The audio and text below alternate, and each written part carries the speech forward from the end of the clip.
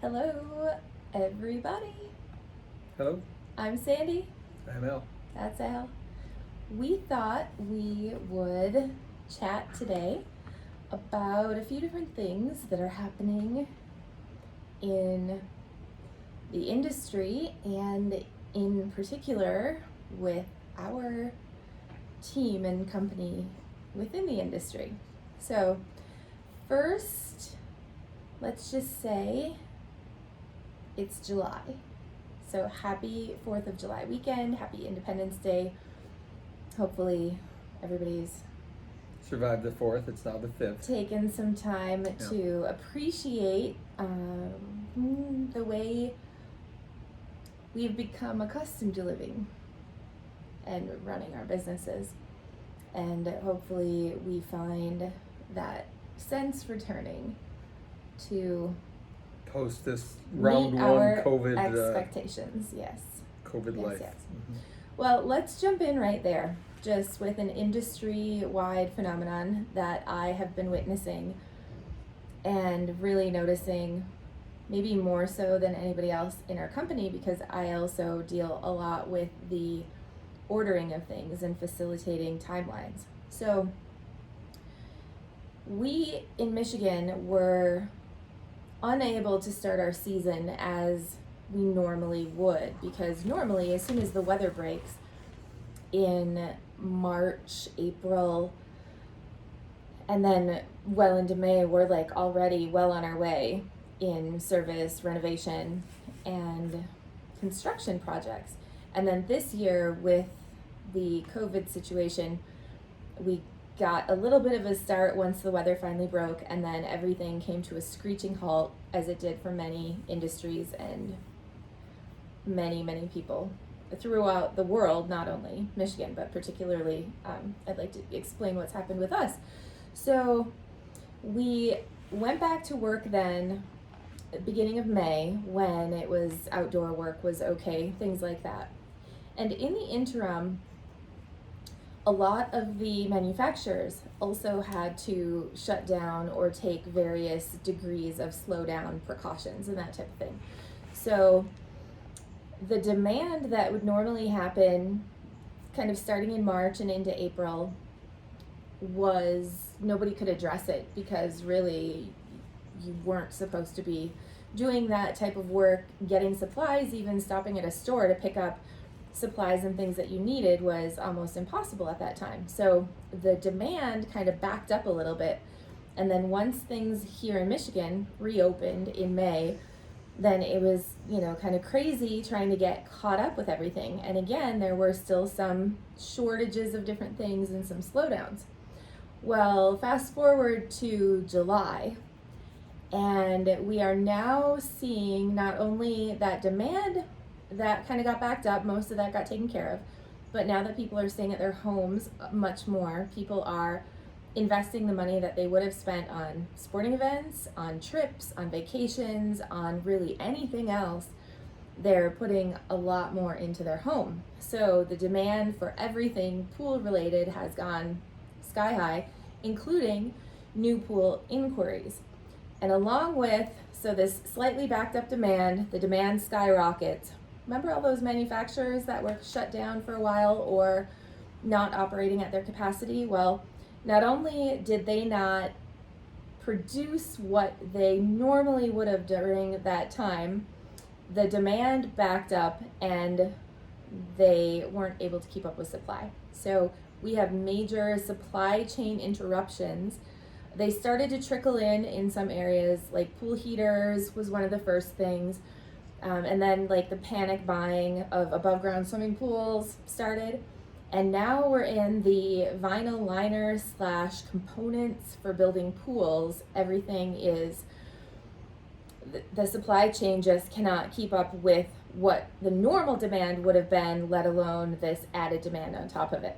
So I that's think on the just on that service note side. too, it almost feels like, for whatever reason, just by them producing more is not solving the problem. It's like it in the manufacturing end of things, it broke somehow. so that the ordering part doesn't match with the manufacturing part, which doesn't match with the shipping part, and we would think these would all be normal things that once you're stopped and once you get started again, you follow the same process. Right. And now it almost feels like someone taking an order has no idea what to do with the order and has no idea where to put it, and it doesn't get manufactured, doesn't get put into the system. Well, how many things haven't gotten in queue? Okay, we're all set that we should be paid for, and then, well, we don't even know what this order is. So supply chain, because a lot of the supply chain, like logistics, delivering of product, that was interrupted. So you interrupt not only the outgoing product once it's finished and it's made, but you interrupt the raw material supply chain going in, and then you back up demand, and then you multiply demand, and then you continue to have logistics challenges. And you have those broken pieces in there just compound the problem. So yeah, I do believe that we in the pool industry were feeling this in some sense. There's been a lot of products that haven't been available that you can make adjustments for, but there are some products that you cannot substitute, and if you cannot get them, then that will be slower. And I've read, we're not the only industry affected, for sure. There's going to be, I think, a similar phenomenon, but as the products have been more readily available in the first place because their industries are larger, like the building materials industry, I know there will be also some supply chain issues with different components there, but you can go to any Home Depot and try to find your home improvement supplies. You cannot go to any Home Depot and find your swimming pool specific supplies. So, well, I think that's where, because there's such a massive demand now on the construction end, I'm really hesitant to just go and sell more projects. I mean, look at what we have a backlog, just unbelievable amounts of people that want our product. And I'm not entirely sure that would be able to even get components. Right. I know one person in particular that I'm thinking of, another pool guy, is talking about not being able to get pool kits. He's got a bunch of liner pools to build, and he can't get pool kits. I don't know why, haven't asked, other than they're not showing up. Well, let's move into that. So, people were panic buying swimming pools, above ground swimming pools, off of the back of semi trucks in a lot of areas. We haven't experienced this personally. That's not what we focus on, but I know in some of the more southern climates, definitely that has been happening. What has been happening with us is in the last month and a half, so probably mid-May, when things finally started opening back up through the month of June, and here we are at the beginning of July, we and our marketing, like, it's really great all the time, and we've had plenty of leads coming in up until this point. But middle of May, it's like the faucet got turned on full blast, and it hasn't stopped. So the number of pool leads coming in, people who want a swimming pool in their backyard, is staggeringly off the charts. Like, we are fielding so many more phone calls. Not only that, the budgets are larger. The budgets went way up as well. Than they would have been before. So obviously, if you followed us for a while, you know that we screen our calls anyway, and we're very specific about the work that we're able to do because we're a small boutique company and we choose a certain style of project. So of the phone calls that come in, Galena is the one who typically fields all the initial inquiries, and she has a list of people to refer people to in the event that they're not looking for what we offer.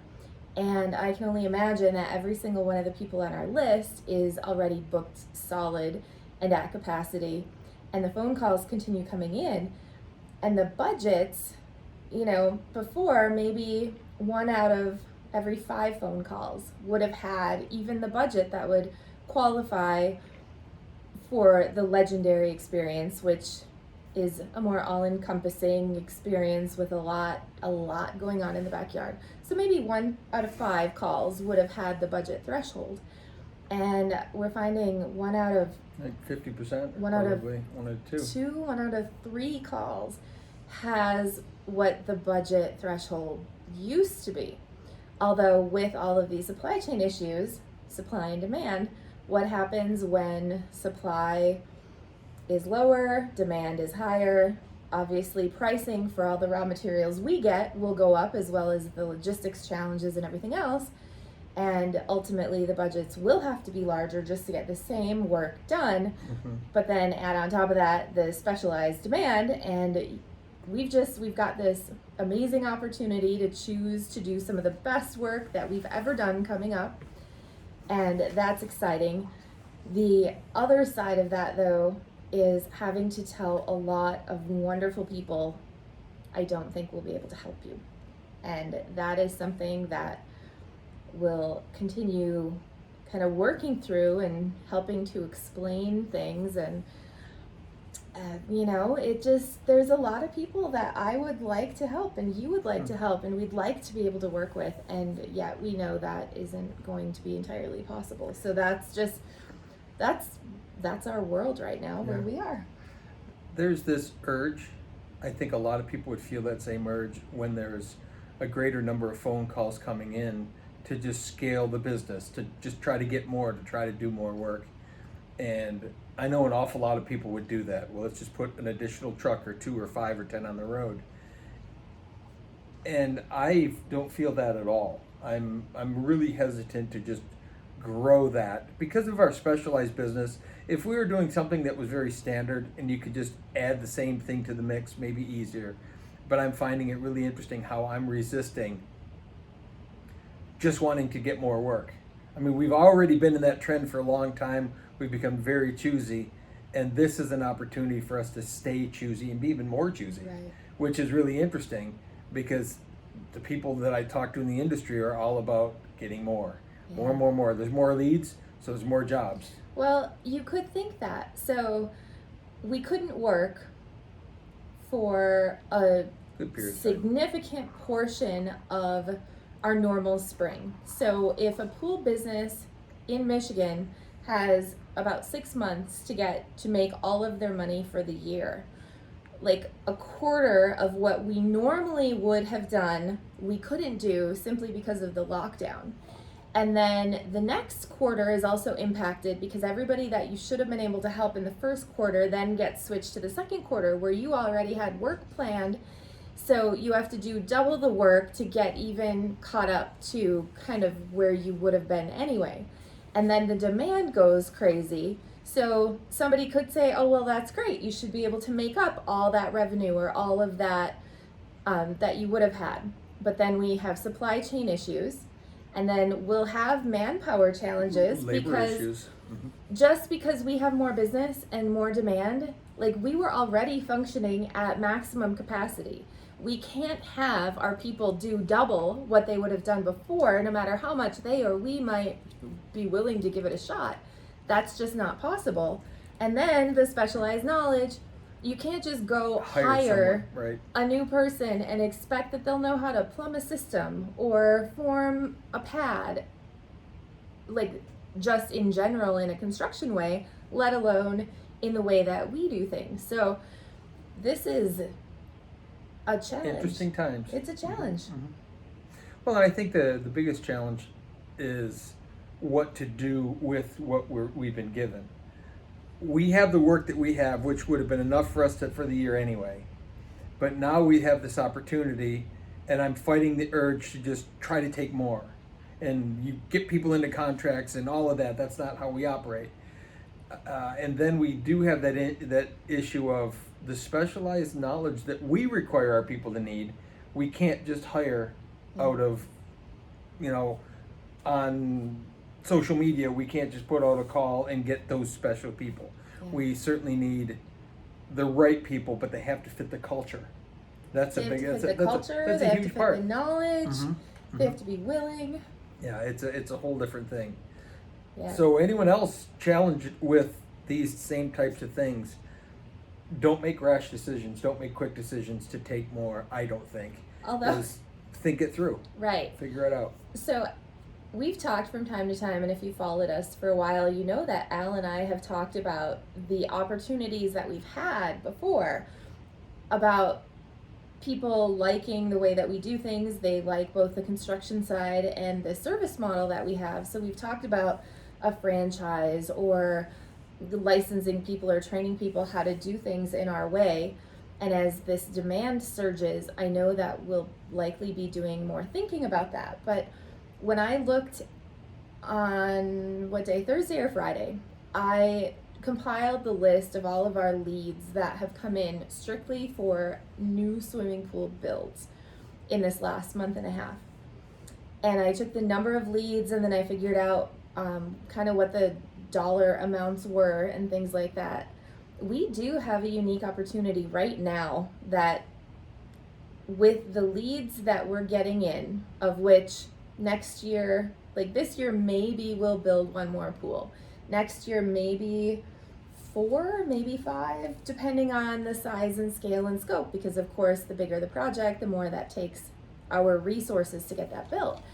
So with what we won't take just naturally, if there is a swimming pool construction or service, for that matter, franchise that is waiting to move into Michigan, we have enough leads that we could, out of the gate, could fund 4 or 5 pool companies. make sure that 4 or 5 pool companies could come into the market, and as long as they had the specialized people in the system and the knowledge, they could deploy immediately on these leads that we have and be able to make something happen. So I'm throwing that out there just in case, that's one of the ideas I had, because there are so many people that there's not enough pool companies in our area to handle them, and we aren't going to put an additional crew on the road. That's just not our sweet spot, nor would it be smart. But for somebody who that could be their sweet spot, developing a large construction or service infrastructure just to get on the road and get running, that would be what I think is kind of unique about our market, and maybe it's not as unique as it would seem, but we don't have a real deep field of subcontractors to go to. Right. There's a lot of markets where if you're doing tiling coping and you've got a job, you could shop it to 30 different contractors that would do tiling coping, or pool plastering. There might be 30 plaster companies out there, or anything, or basic vinyl liner pool installs. There's companies that do mass quantities of those. And that's the way that a lot of pools in the bigger markets where they do the volume, that's how a lot of them are built. You've got, like, our company does everything start to finish, but there are a lot of companies that would have a different crew for subcontracted crew do each element: excavation, tying steel, shooting gunite, doing the plaster, doing the finishes, doing plumbing. So I do believe regionally, there's a lot of nuances in the industry. Well, and that's where we find in our industry, there's just not, or in our market here, there's just not a lot of those subcomponents. Right. And a big part of why we brought it all in-house was that very reason. There was no control. You couldn't just have your one tile guy. You tried to keep your one tile guy, but there were 12 companies trying to compete for his time. And if you get pushed down the list, you wait and you wait and you wait and you wait. Well, in other markets where there's, again, a large quantity of those people that can do that type of specialized work, you can sort of keep moving and keep it going. And that's what we're finding why it's so difficult to just scale up here. Maybe it's the same thing everywhere, but it's what I do know about this market is without the go-to people, even excavators. There's a very few excavators in our market that specialize simply in swimming pools. So just to scale up and build more pools now, who do you get to dig those pools? Yeah. Again, why we went internal. We dig all of our own stuff and we take care of everything. And that's what adds to the element with not just with our company, but with all of our companies in the market here, is it's just not as easy as it would seem to just scale up. Right. There's just not the ability to bring more work. And that's why even having a list of people that we can't do the work for, where do we send them? When every company is currently probably at capacity or close. Right. And another interesting phenomenon which has happened in our industry, which we've all seen, us old guys have been around this a long time, is there's not fresh new faces starting up in the construction end. We have a lot of aging companies that are really good companies. They've been around for a long, long time, but there's just not that fresh blood. There's just, unfortunately, not enough 20-somethings saying, I want to start my own business and this is what I want to do. If we could attract those people, there's an absolute ton of money for some young kid that could get his head right and want to go out and work and find a couple of his buddies that were willing to get down and dirty and work some 80-hour weeks. There's a ton of money to be made. It's very difficult, and that's why we're seeing it's a whole nother deal now. I mean, getting beyond the original topic is what happens to our companies as we age out of them. And in past years, it was easy. It was passed on to children. There was always this sort of attrition, this ability to pass on, and we're seeing less and less of that. Well, the pool industry, and I know like Mike Rowe does a lot of advocacy for tradespeople, and whether it's electricians or plumbers and things like that. The pool industry it's hard work, yet it's rewarding work, but you have to have the right combination of attributes to do it. You've got to be physically able, you have to be mentally capable, you have to have some knowledge of technical aspects. So, I mean, you use everything. You have to be able to communicate if you're going to be a good one, which is maybe something we've seen in the aging segment of the industry. You've got a lot of blue collar pool people who don't necessarily have the communication finesse that also I think will continue to be important. So the young people, like, there aren't the young people to turn to. There, I think, is this vacuum of, I mean, who raised that generation? You and I raised the generation of individuals that we need choosing this work. And, well, your kids and my kids both work in the industry. They figured it out, right? But when you put them side by side with their peers are not choosing this type of life, this type of lifestyle, or this type of work. It's kind of an anomaly for a young person now to be choosing this as their career path. Two things come to mind for me. First off, yes, you have to be physical and able to do that. But I think even more importantly that you have to have the work mindset. More than anything, the person who isn't physically as strong or isn't whatever, if they have the mindset, you can figure out you can find a way through it. I mean, that's a massive part of this. Physicality is a part of what we do, but its mindset is a stronger thing. Secondly, here's a trend that I've noticed, and even our children, having been in this with us for quite a while, it's still not the same. I look at, and when I talk about a young person, a young kid, guy or girl, doesn't matter, who could absolutely kick butt in this industry, the mindset that even our kids don't have is you do everything and anything you do to get it accomplished. Right. So different generation, but when I cut my teeth in this, it was you worked until you were done. You worked 7 days a week if that's what it took. We have 6 months to make a year's worth of wages and to figure that out. And I know for me, we did lots of 70, 80-hour weeks back to back to back to back, 6 and 7 days, and it was just what it was.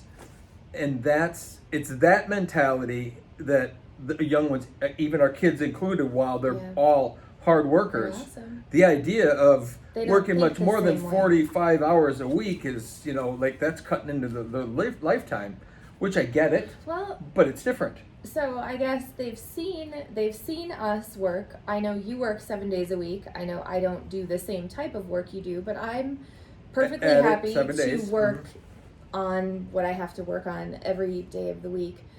And I don't know where that mindset would have come from, because your kids, my kids, their friends, they kind of would have seen this happen. Yet I don't know where that expectation of like 40 hours and then we're done and we leave work at work. That's the other thing in the pool industry. You don't leave work at work.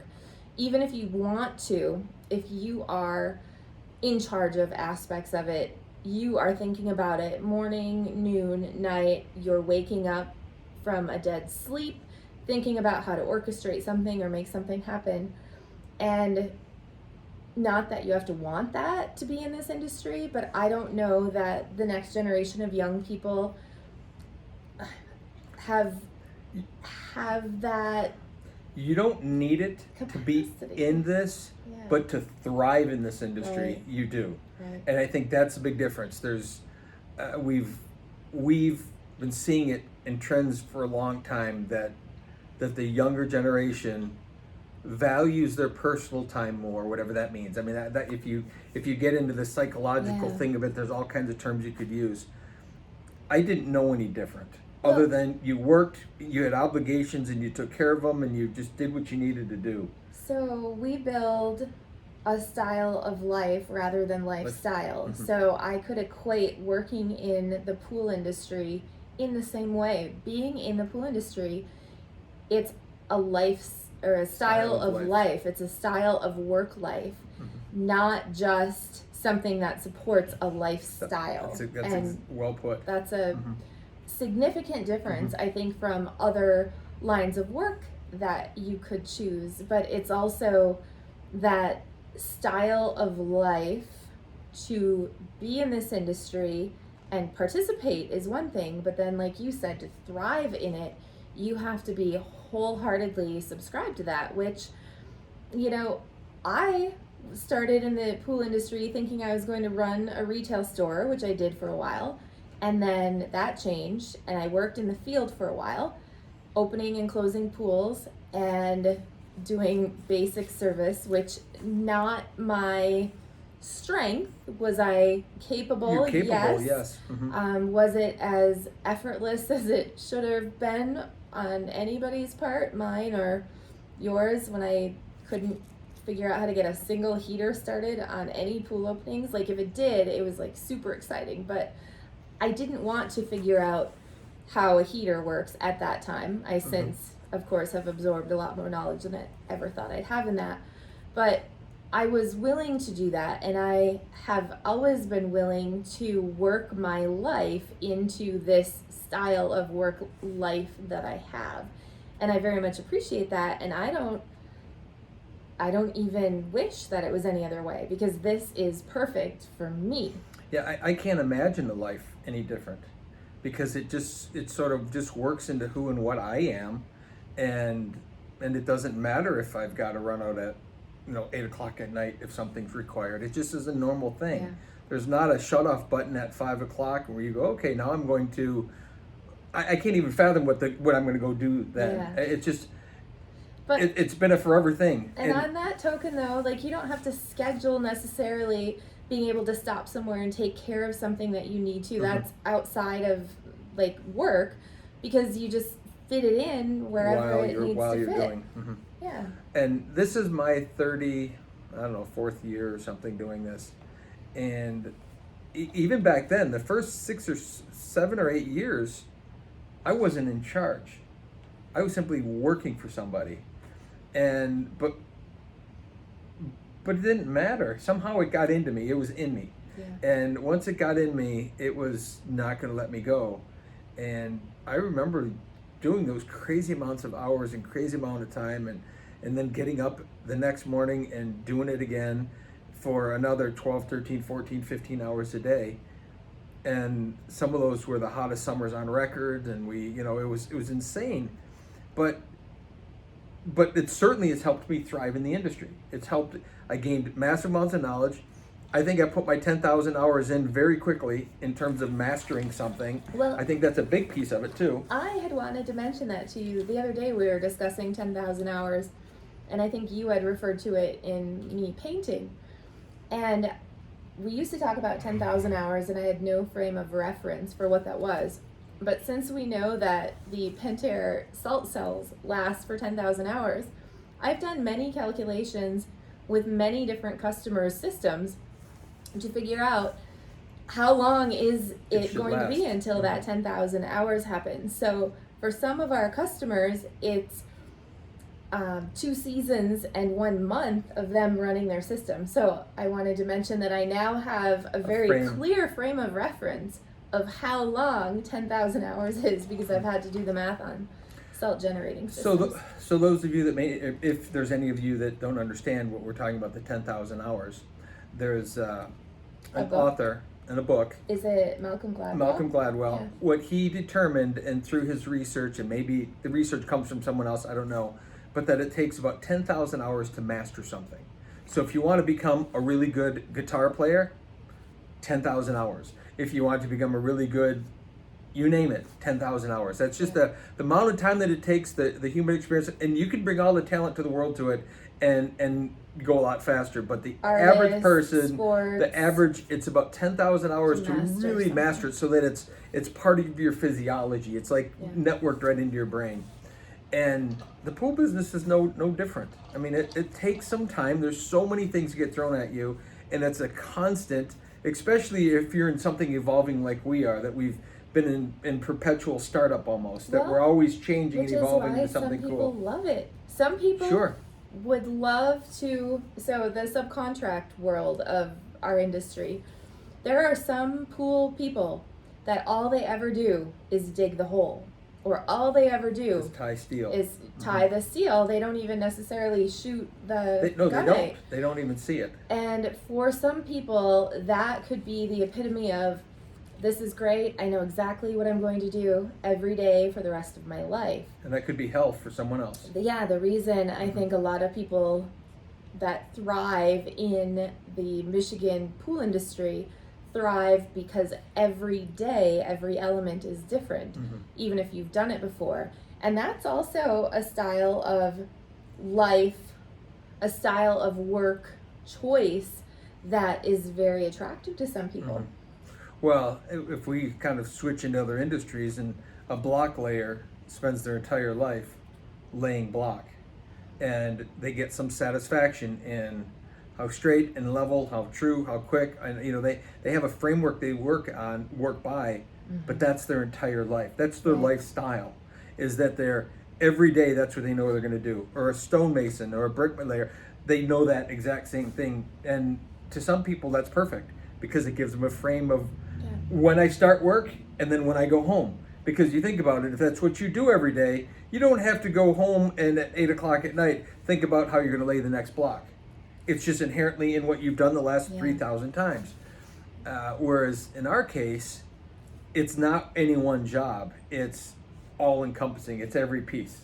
It's every cool little nuance, and especially the more creative stuff. We get to a level of competency, and most pools are competently good. We go beyond that though, because then it becomes artistic. So now you have to take out your competent ability to make something functional and to code, and now you have to take that and bring it to a whole nother universe. Innovation, figure out how to make something new, add artistic art, color, and texture and feel. So it is something that, today maybe you do some tile, tomorrow you figure out how to carve something and make water come out of something, and it's a whole bunch of. Well, and that goes to style of life. And if someone's attracted to that, this is a great industry for that. Yeah. Again, the challenge is separating yourself up so that you don't have to compartmentalize and shut down at 5 o'clock and then start thinking about it at 8 o'clock in the morning. Yeah. I mean, this is one of those things that you're, like you said, middle of the night, you're waking up trying to figure out how exactly am I going to make this thing hang from up here, and what am I going to do? Yeah. And it's just different.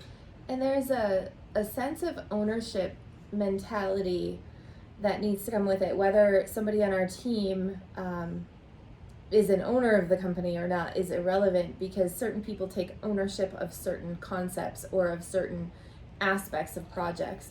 And I think that's also how you can measure if somebody is really in it, if they are taking ownership of developing this cave or this grotto or this concept or this idea, and they insist on being a part of that, and it's so important to them to contribute to it and have it turn out a certain way. That's something that you won't necessarily get if you're the bricklayer or a house painter. Sure, I'm gonna paint, I'm gonna do a fantastic job, but then there's a level beyond where it becomes like your work product becomes much more personal. And it becomes who you are. Yeah. You know, it's what you do, or it's who you are. And I think that there's a level where all of us, it's what we do for a while.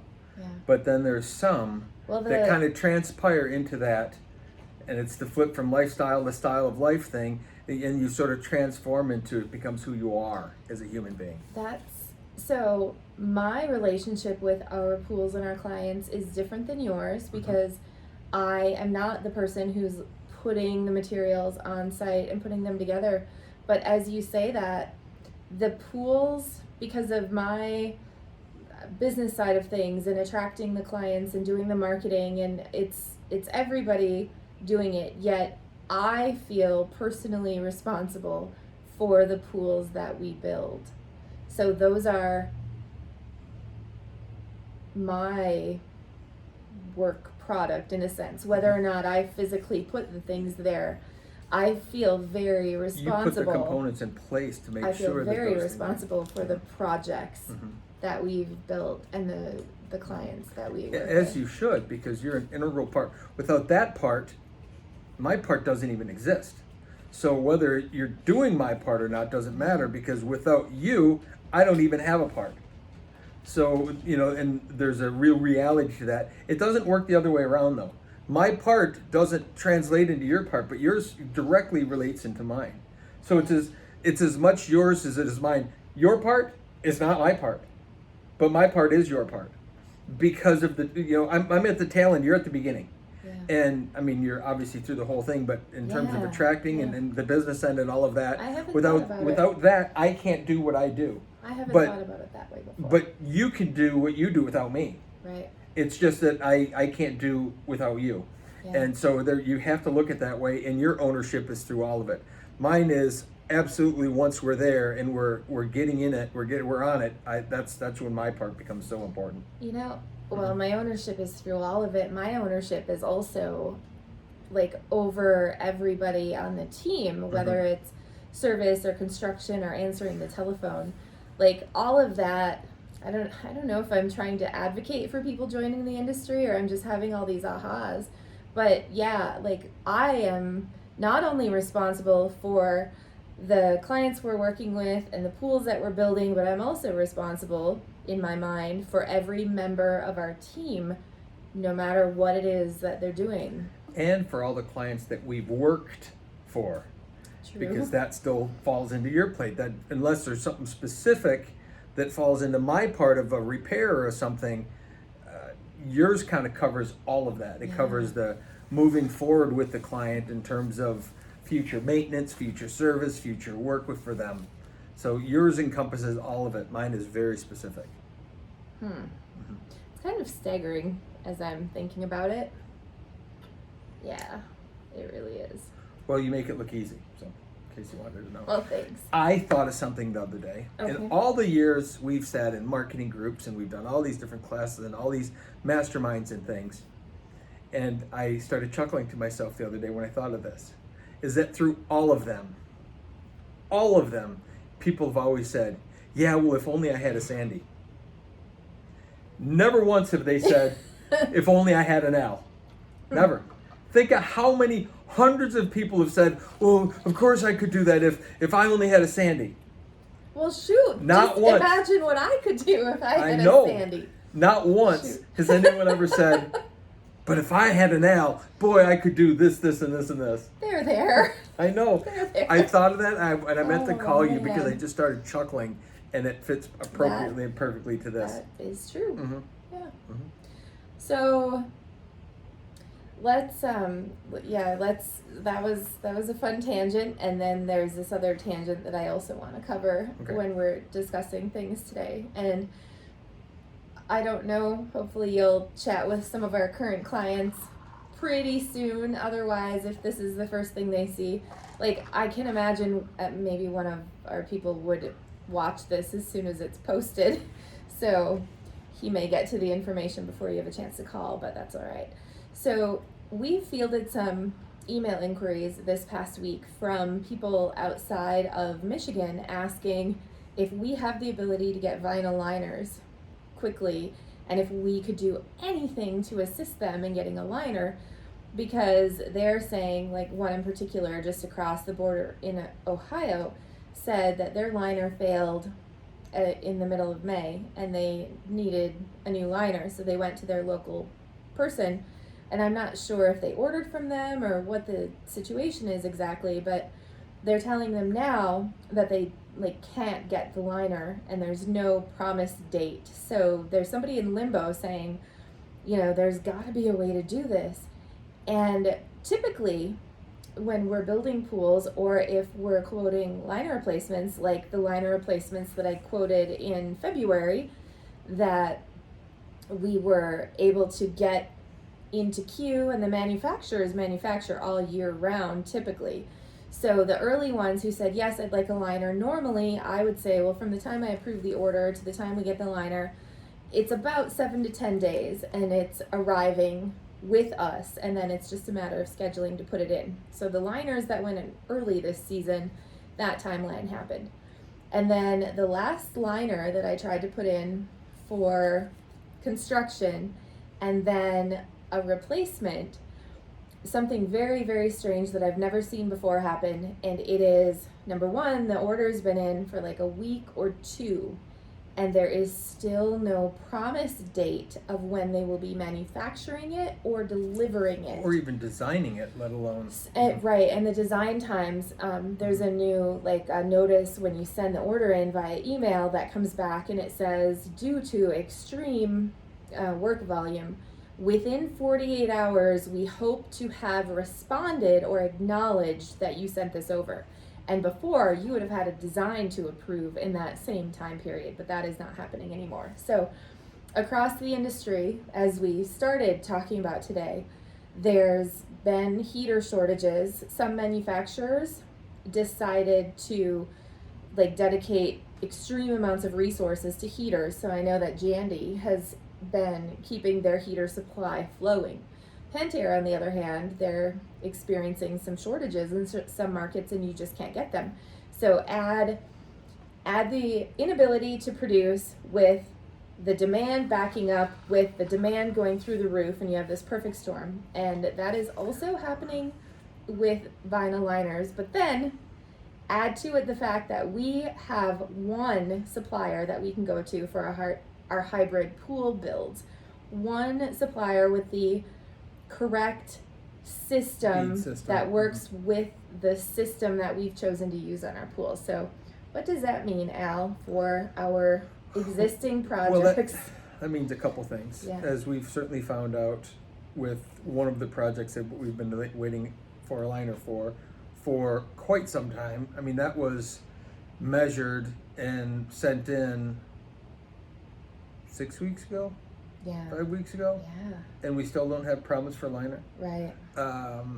That doesn't bode well. If we were building normal, and we could take a spec print and make sure that we squared the pool to match the spec, the liner could be ordered the minute that the pool kit was ordered. Right. In our case, because every pool is so unique, we have to order once the bottom of the pool is in. Yeah. And which means, so here's what she was getting at with this, those of you that might be In the process. is we have no promise yet of Yeah. timing. So while we're going to continue to finish the pool as much and all the parts that we can, there's just no promise of when we're going to get liners. Yeah. And until this changes, and I can't see it happening overnight, but we have a couple projects now that are Almost ready to apply or to measure for the liner. I'm just not even sure when that's going. We're going to get that Yeah. work done so we can get them in and get them measured. Well, but there's conservatively, no promise as to when. the email that I responded to the other day, based on what I've seen, I said conservatively, if somebody asked me when could I get a liner, if we approved it on Monday, I would conservatively give it 2 months. So Monday is, we're in the first week of July. So August, September. So This isn't going to be. Let's hope that it doesn't take that long, Mm-hmm. but prepare yourselves, and we're like continually trying to, even though we know this, like we're still mentally trying to prepare. Not sleeping as a result of it. Having yes. these conversations and having to communicate Mhm. that with you, lovely, amazing people that we have to give this news to. Mm-hmm. Yeah. Yeah, not going to be fun, but we came to that realization on Friday night. Friday, yeah. That, again, we were at midnight is when we sat down to have this conversation. Yeah, And it yeah. went till 1:30 in the morning in terms of how do we handle this. And here's why. I'll tell you why. We had made a promise to a customer to have water in their pool for the 4th of July. And we were there with all of the components that we needed to make sure that we were able to get water in the liner. And I was up to the last few days prior to when we got the confirmation that it wasn't going to happen. I was convinced that even if I was going to be there on a Thursday night till 4 in the morning Yeah. to get this thing in, that I was going to pull it off. I was thinking even if we didn't get the liner until Friday and we were I would installing it on Saturday, the 4th of July, we would still be have done making it. Yep. As I was calling the supplier and every resource I had every day to say, can I get some type of an update, like whether the news is good or bad? You called every possible Every contact favor I could. and who was it? It was people at the wholesaler. It was people that rep for that company. It was people that work internally for that company. Yeah. And when that finally hit, and we recognized that It this wasn't just is gonna not going to happen. happen. I don't think we've ever missed, ever. Here's an interesting thing. I don't think I've ever missed that kind of a promise, Yeah. ever in my we 30 don't years. make them No, lightly. no. And when that happened, And it's not like the customer said, we have to Oh, have no. water. Like, it was something that we love delighting people in. We love being able And to we do make- stuff like that. we make a And promise. it wasn't an over, like, you were not over promising when you promised that. No. It was realistic It- at the time. I thought it was realistic. And the customer was amazing when I texted him saying, I got some bad news, this isn't going to happen. And he was like, out of our hands, no worries, whatever. We're both going to cry over this right We are now. going to cry over this. So we missed that deadline, which I think that's what hit us both Friday. We do a Friday night music thing here. And I think by the end of that night, and it was around midnight, the musicians and everyone had left. And you Well, made... we were both very unsettled. all evening. Yeah. It wasn't We were right. It not wasn't normal. relaxed. So it was midnight when we start this conversation in terms of how do we handle it, because Yeah. we both take it very personally, and that's weird as this sounds. That was the first true deadline that I had placed for myself that I've ever missed. You know, not little things didn't go like this done or that done, but that was a massive. This is the 1-year project that we've been working on, and that was a massive deadline for me. You fixed that date in your The mind. homeowner, while they wanted it and they desired it, they've been beautiful and amazing. It's not like they were pressuring me. They never once asked, so is it going to be done? So is it going to be done? So is it going to be done? Yeah. But they knew that I had set that target, and by not accomplishing that, it was tough, and it had, in this case, had nothing to do with me, in terms of what I knew about the history, because we gave it lots of time to get it ordered. We gave it lots of time to, because this project's been under construction for a long time. So the first conceivable amount, the period of time that we had to be able to put the liner in, Yeah. to put the bottom of the pool in, Yeah. we did it immediately when the first opportunity came where it made sense to build the project, to give us lots of time Yeah. to make sure the liner was there. And I think we measured the liner immediately after the bottom was in to make sure we had this time. It didn't Nobody happen. did anything wrong. Nope. Everything was as it should be. And the silly thing is I cannot still promise this customer when that water's going to go in that pool. Yeah. So that prompted this conversation. And I had to have that conversation at midnight that lasted until 1:30 in the morning probably. Was Well, thinking about what we are building and if we should even commit to another anything else. project Mhm. for this season, which, Which- financially and to keep a company moving, you have to. and can't- not having all the work for the 6 weeks that we sat on our butts and Yeah, you can't produced just stop and wait on things. Mhm. Like, you're not making money when you're sitting and waiting on things. So. I think our 20 or 25% deficit in revenue that we would have generated through that period of time doesn't help things and all of that. So we're having this heartfelt kind of sad discussion while we talked about all the amazingness it is that there's all this potential for work, and we can make up all the revenue by taking deposits on a bunch of different projects. Right. But that doesn't serve us or doesn't serve the customer. So we're in a pool industry. We're in a luxury industry. People don't have to have. It's not essential to life, as according to somebody that we won't talk about. But this is us. We're in this industry. We want to keep it going. We lost revenue for the months that we were shut down. We're going to lose because timelines will, whatever formula for timelines we had to be productive and financially responsible, are going to be out the window with supply chain or any other types of issues. And our demand is going through the roof, which is good because it means that we'll have more work to continue sustaining us. But ultimately this year, like, really financially is not going to be anywhere near what we had hoped. But we still have demand, we still have clients, the prices will, what we're able to charge will continue to be able to go up. So that's us.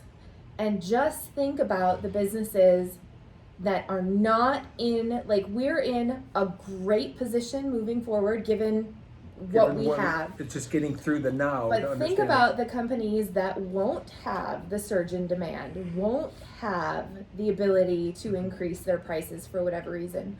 Just this whole whirlwind storm is, like, I was just hit with the devastation that, like, we're feeling to a small extent, but we're still thriving by all the other measures. But we have hopes for our future. But that's think about the big the piece ones of that don't, because this perfect storm delivered, a catastrophic blow to them. So just a perspective. And we don't know on the manufacturing end of things, like, why is the supply chain so backed up? Because I don't know the ins and outs of how they make their decisions and raw materials and all that other stuff. I mean, well, where does a lot of the vinyl come from? It likely comes from overseas. China, probably. And if that whole supply chain is thrown out of sync, just the ongoing and lingering, I mean, are uncertainty. Are they problems? Sure, and they're inconveniences, but, like, one minor inconvenience over here could have, like, a ripple effect on the supply chain, and then the company installing it, and then on the company installing it, it trickles back out to the people that work with us and, depend on us to have food and shelter and all that kind of stuff. So just this bundle of far-reaching I think a good example, last night I watched a video, and it's not related to pools at all, but it kind of goes to the fragileness of the supply chain. Is they were talking about Idaho potato farmers, and they focused on one particular potato farmer who they produce 1.5 million pounds of potatoes, or that's what they were going to have to get rid of. They produce more than that, but as it turns out, you can't take from a farming standpoint, you can't take a potato that would first go to a processing plant, which would then get approved for sale at a market, a supermarket. You can't just take potatoes from the farm and bring them to the supermarket. There's that step in between. Well, so say half your potatoes are going there, and then the other half are being cut up to make French fries, make whatever, and they had all these examples of how processed potatoes could go versus just raw potatoes to the market. And they explained that, well, when all the restaurants were shut down, restaurants accounted for about 55% of the potato consumption. So now, while some are still flowing and there's this huge run on food in the market, but you can't increase that production because straight to, you just can't, it's too physically if they're impossible. already processing at capacity, Yes. you can't double the amount you give them and assume and think that they they'll can do get to something go. with it. Oh. And now you can't process in the other way because there's no demand for it. So these potato farmers they had to bury and dump 1.5 million pounds. This one farmer, 1.5 million pounds of potatoes, and he said he said that she was, as the potatoes they were unloading them, she's grabbing the best of the potatoes out of this massive. This thing was as big as the pile is as big as this house, and she was taking the best of the best because then she was going out and I guess they gave like 75,000 pounds of potatoes away. She set up a stand right in town, and you could just come up and take bags of potatoes because she felt better than doing nothing. Yeah. But he said, well, not only were we losing money in the potatoes, but now we have to get rid of Now them. the disposal He goes, of the do you know how potatoes- much it costs us to rent the massive excavators to dig the holes, and then the trucking to truck the potatoes and all of this? And he goes, that's still a lot of money that the we're not land, collecting. Like, where do you even put them? Exactly. You can't put them in your farmland. So they dig this massive pit. So this is stuff we don't even think about. We go, okay, so all right, there's not enough demand for potatoes. or But eggs, what happens? or chickens. Absolutely, when or we lettuce. hear all that stories. So that's not a consumable thing. It's no different here. Yeah. It's just that has a short life. Like Right. potatoes have a 6-month lifespan. I don't know. Most of the potatoes are Well, harvested shoot, in the just fall, but think aren't. about how fast produce just Goes bad tomatoes like.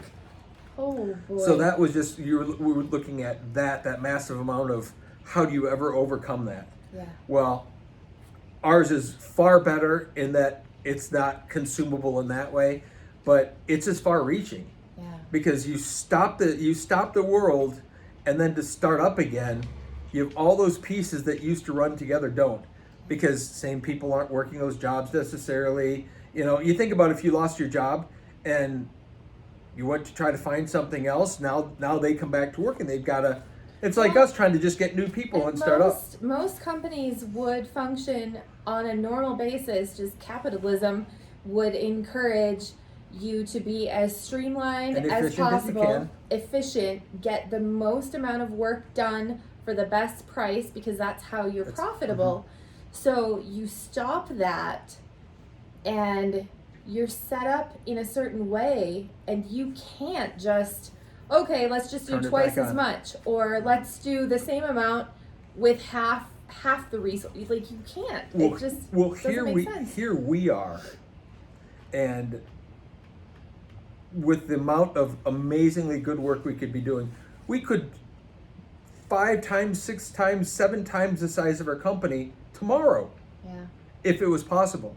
Now it makes no sense to. Our people need sleep. Yeah, You know? and it just doesn't Yeah. make any sense. Can't. Instead, I'm tending to step back a little bit instead of push forward more. It's like, how can we do with less, even though the demand is there because of all the other uncertainties. Yeah. And that will all fix itself at some point, maybe, hopefully. But until it does, I don't ever want to feel like I felt on Friday, ever again. Well- As much as I did nothing wrong, Yeah. myself, I did nothing wrong. But I don't ever want to feel that way ever again. Well, think about, too, just an example of how when you turn things off, it turns off really fast, but you can't turn it back on the same way. Picture an above-ground inflatable pool. We've all seen them. Picture it full of water. So the economy shutting down, it's like somebody took a knife and slashed the side. Instantly, it's gone. Or maybe kind of like the dam failure up there in Michigan, like instantly, bam, 21 billion gallons of water gone. it's gone. Okay, repair that, get it ready to hold water again. You cannot put that same amount of water back in there as And fast as you took Nope. it out. It's going to take you a long gonna time take to a get long that filled time. back up.